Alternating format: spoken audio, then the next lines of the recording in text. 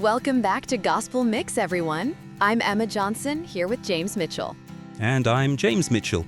Here at Gospel Mix, we dive into compelling gospel, Christian and biblical topics, trends and trivia. Speaking of powerful stories, I've been completely absorbed by Johnny Cash's journey. His prison concerts were pivotal, but his deep faith and advocacy truly tie it all together, making it far more than just music. Indeed, Emma. The Man in Black is legendary, but I always wondered about the depth of his prison connection. Was it a gimmick or purely personal? Was he ever incarcerated or simply empathetic?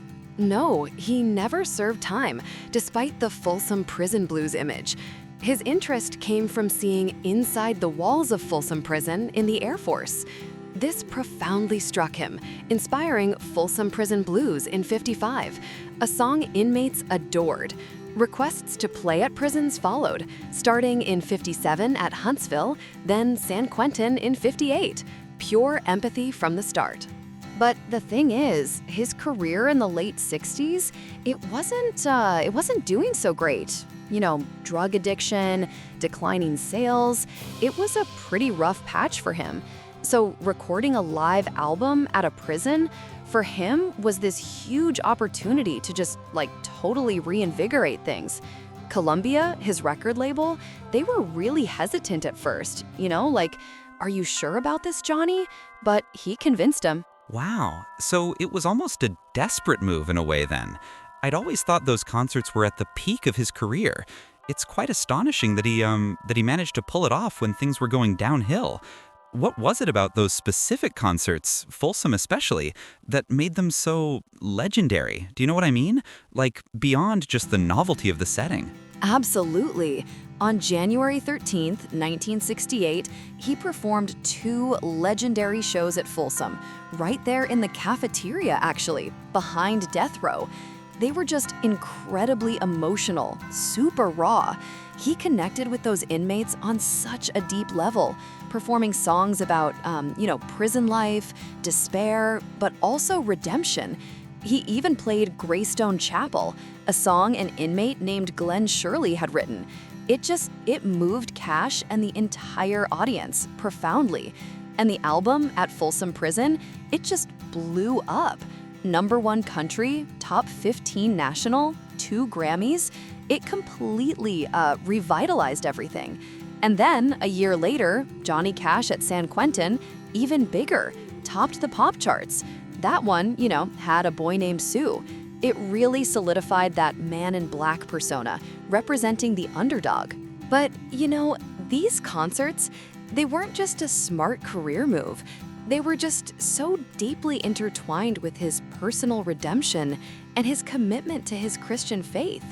Before Folsom, he was in a really dark place, battling severe drug addiction, even contemplating suicide, which is just heartbreaking.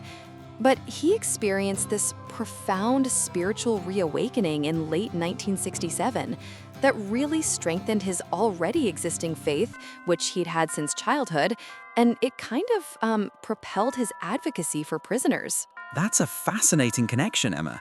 So the spiritual awakening almost directly preceded and then fueled this revitalized career through the prison concerts. Was his faith always so public, or did this period really cement his image as a Christian artist? Because I know he did gospel music, but I'm thinking more about his public persona and how those two things, the faith and the prison advocacy, really merged. Oh, absolutely. It totally cemented it. Even in his early career, he tried to record gospel, but his producer, Sam Phillips, from Sun Records, he'd be like, "Johnny, stick to more commercial stuff." But after that spiritual renewal, it exploded. His performances started including more gospel elements, and he just increasingly embraced his role as an artist who was a Christian first and foremost. He truly believed in the possibility of redemption for inmates, and that belief, that faith, it propelled his advocacy, for more humane treatment, rehabilitation. It really wasn't just talk, he walked the walk.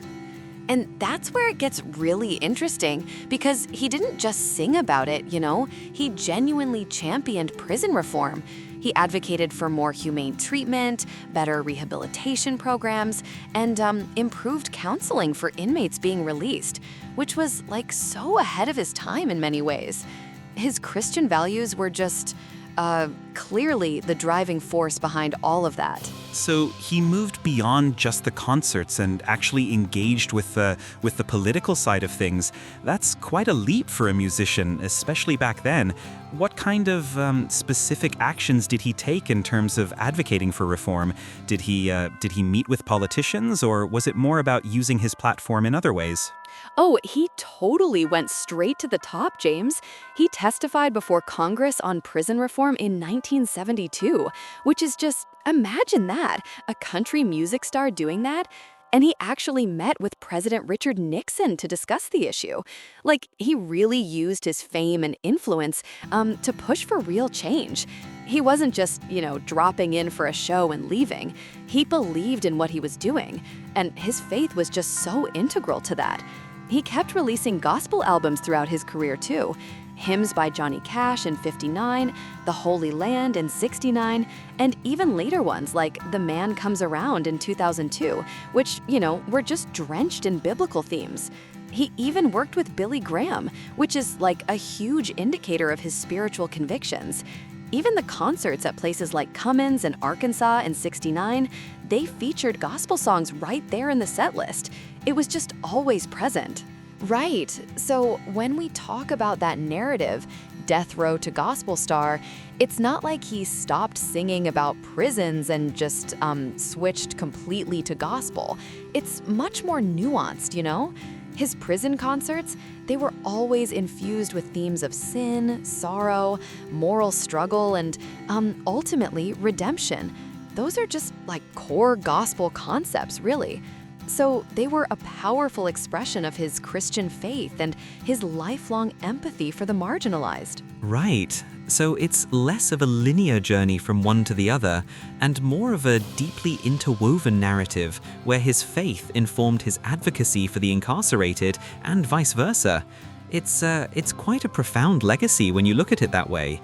He wasn't just an entertainer. He was a true advocate with a very clear moral compass rooted in his beliefs. Exactly. These landmark performances didn't just revive his career, they really solidified his image as this champion of the underdog and a sincere voice of faith. It truly intertwined his advocacy for prisoners with his identity as a gospel-inspired artist. I mean, what a legacy, right? He used his platform for so much good. And, his music, it still resonates because of that authentic, deeply personal connection he had to those themes. He really was, the man in black for a reason. Indeed, Emma. His ability to fuse his personal struggles, his deep faith, and his powerful platform into a singular, authentic message is truly what gives his legacy such enduring power. It's a testament to the fact that redemption and advocacy can truly go hand in hand. Absolutely. And it's stories like Johnny Cash's where faith intersects with real-world impact that truly inspire us here at Gospel Mix. His journey really shows how powerful that combination can be. Precisely, and we hope you've enjoyed this deep dive into the compelling story of Johnny Cash, the Man in Black, and his profound commitment to both his faith and the incarcerated. If you've been moved by today's episode and want to explore more incredible stories of faith, music, and social change, make sure to subscribe to Gospel Mix wherever you get your podcasts. You won't want to miss our upcoming episode.